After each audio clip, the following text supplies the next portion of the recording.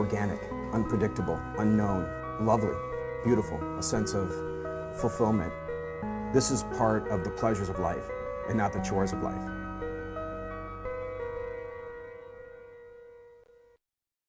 Coming up on Daily Iowan TV, Herky's in the house. Well, State House, that is. See why many UI students lobby lawmakers today.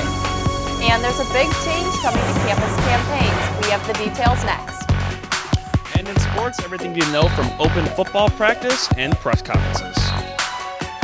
We have it all at the top of the hour. Daily Iowan TV starts now.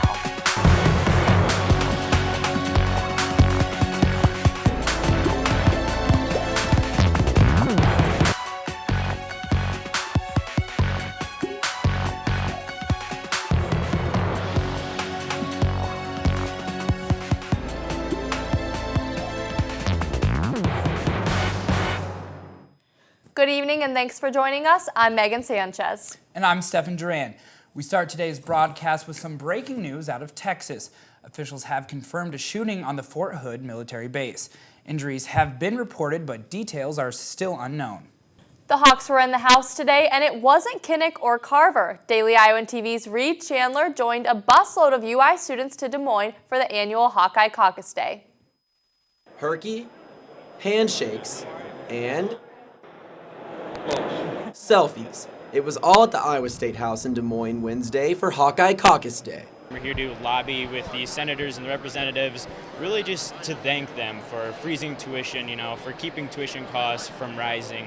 The point of Hawkeye Caucus Day is to advocate for the University of Iowa, so student senators from UISG, the graduate student government body, and students who just wanted to volunteer crowded the Capitol to meet with lawmakers. The idea is to create a connection between those on campus and those at the Capitol. I've never been to Des Moines, so this is my first time in the Capitol building. Just an eye-opening experience from that perspective, but to introduce myself and put a name to the face, because we talk about legislators.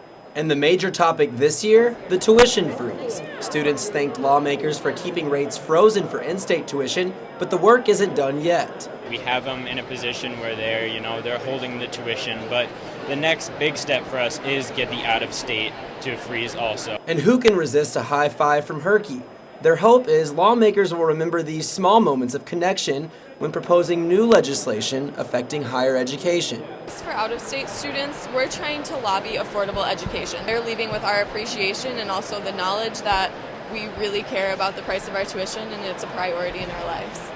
In Des Moines, Reed Chandler. 1, 2, 3, go Hawks! Daily Iowan TV.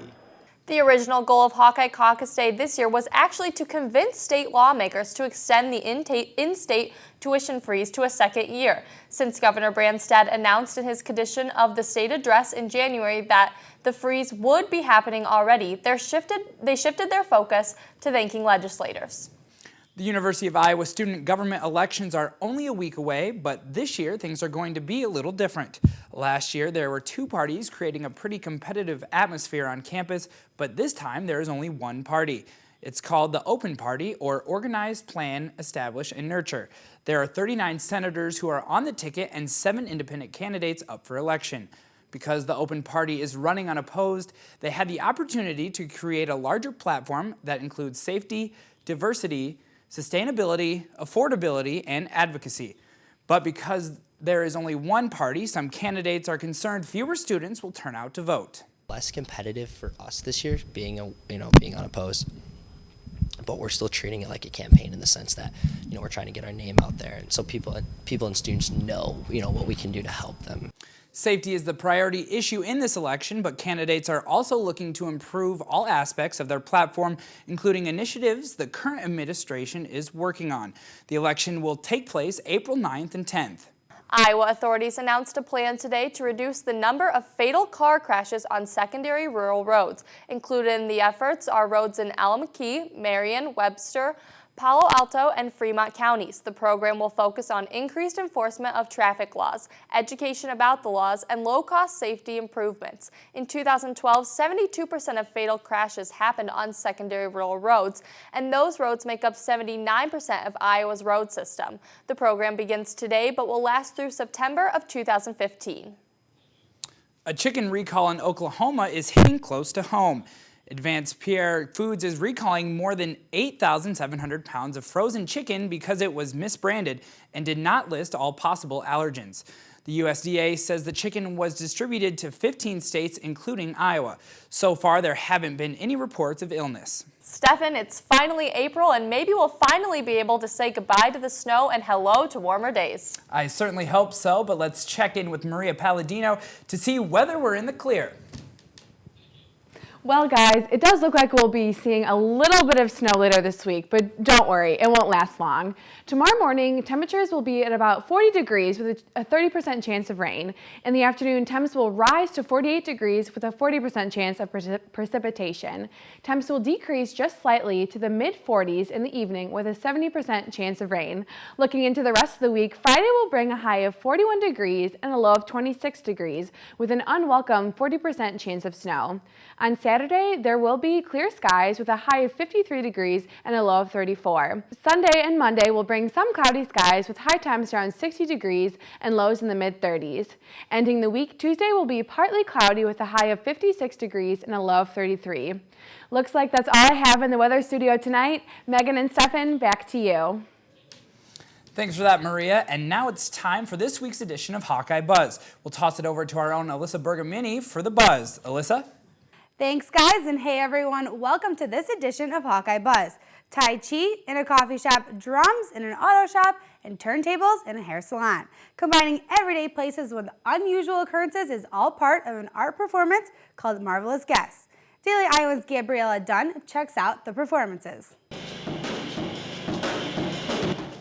Drumming and auto parts don't usually go hand in hand with each other, but creating these out-of-the-box situations is part of an art show called Marvelous Guests. Last Saturday, artist Nick Tobier came from the University of Michigan to host the art show in Iowa City. The purpose is to create a unique dynamic between two different actions happening next to each other. Tobier says the end goal is for a new relationship to evolve. People have busy lives, and I recognize that not everyone's going to have time or interest in going to a museum or a theater, and I wanted to create cultural spaces where people's lives are. Tobier came up with the idea back in 2012 while at a laundromat and had two ballet dancers use the natural sounds of the dryers to go along with their movements. The Marvelous Guest performance was part of this exhibit called Exuberant Politics. Exuberant Politics is a year-long program that explores contemporary artwork over the past 15 years. Part of it's really a political ambition, which is to turn culture inside out and make it so that we don't think of it as something that's a luxury or separate from everyday life. When taking art into the public, bystander reactions can become part of the performance. A sorority group passed through, stirring up the scene with an unexpected and rowdy visit. Sorority came barreling by and danced as though it were staged. That's the magic of stuff like this. That magic that Hardy Carroll felt on Saturday is what Tobier calls his vision for a mix of reactions to his artwork. He describes his exhibit as poetic, beautiful, but even sometimes absurd. But overall, he hopes people come away with a powerful message. Gabriella Dunn, Daily Iowan TV. Thanks, Gabriella. The rest of the Exuberant Politics series that Marvelous Guests was a part of can be found at Public Space 1 in the Wesley Center. Well, that's all for the buzz, guys. Back to the desk. The death toll of the Washington mudslide is still on the rise, almost 10 days later. Medical examiners say the number of those killed has increased to 29, but only 22 have been officially identified. 20 people are still missing while crews continue to search the area. The good news, though, is that floodwaters have been declining, leaving the area more accessible for search efforts. The mudslide caused about $10 million in damage, and it's estimated that another $32.1 million will be spent for search and recovery efforts. Hawkeye football opened their doors today to the media for their 4th spring practice. Let's toss it over to our own Daily Iowan TV sports staff who were there today. Thanks, Stefan, and welcome to the Daily Iowan TV Sports Studio. Alongside Jalen Socek, I'm Danny Payne. Our What It Takes segment coming later in the program, but first we're going to toss it to Cody Goodwin and Kevin Glick, who were out at football spring practice earlier today. Thanks, guys. Kevin Glick here alongside Cody Goodwin at Iowa Open Practice. And as the spring has started, linebacker is the big topic of conversation today with both linebacking coaches meeting with the media earlier today. Cody, what have you seen so far in practice? Well, I mean, just here in the first opening few minutes, Kevin, we've seen guys like Quentin Alston and Reggie Spearman and Travis Perry, 3 guys who we kind of assumed would step into the linebacking roles behind Christian Kirksey, Anthony Hitchens, and James Morris, all 3 seniors graduating this year. They've all gotten a little bit of playing time together, maybe to help build that chemistry. but a lot going on this spring, not only with the linebackers, but with quarterbacks as well, and even wide receivers. A little bit of competition everywhere on the field for the Iowa Hawkeyes. So this just the beginning of what's going to be a very eventful spring. Yeah, let's hear from those linebacking coaches and what they had to say earlier today before practice.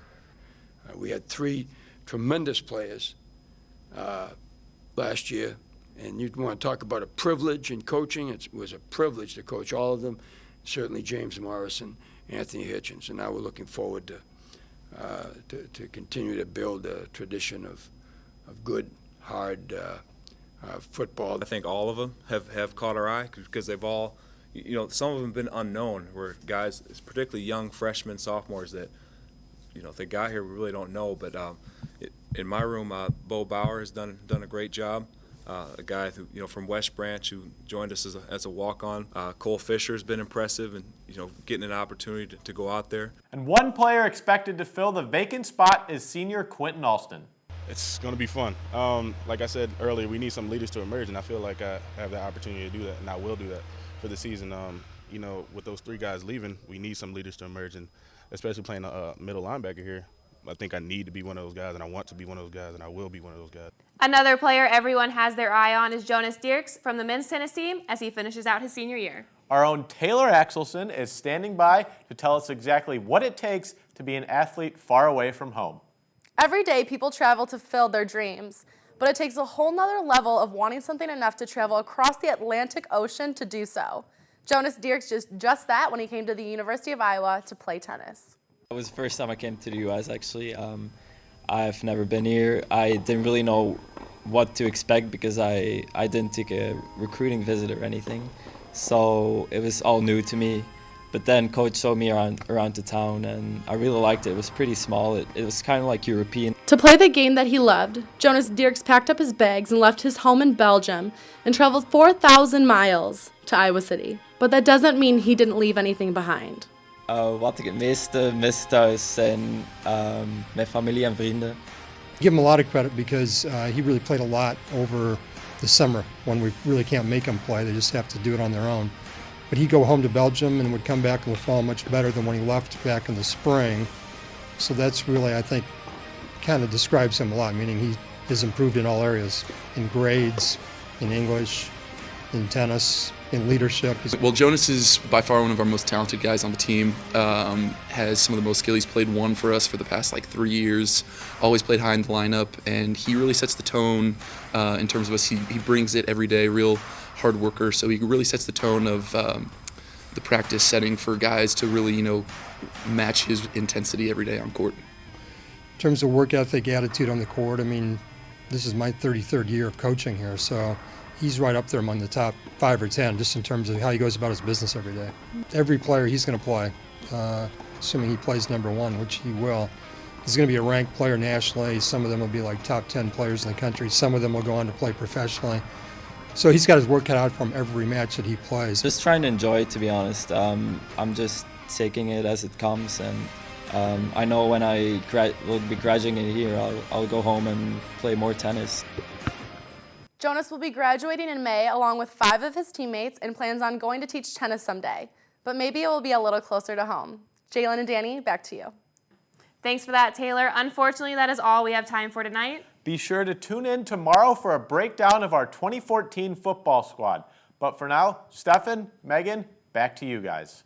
Only with Daily Iowan TV can you get an inside look into Thursday's pages of the Daily Iowan. Bar Forum. Iowa City Downtown District members meet for the first time to discuss compliance laws and talk with community members.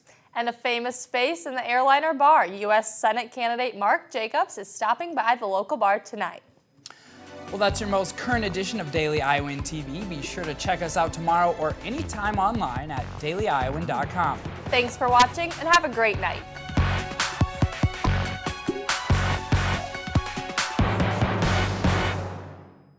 Want a major that'll take you somewhere?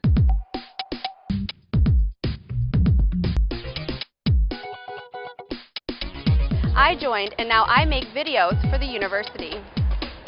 SJC.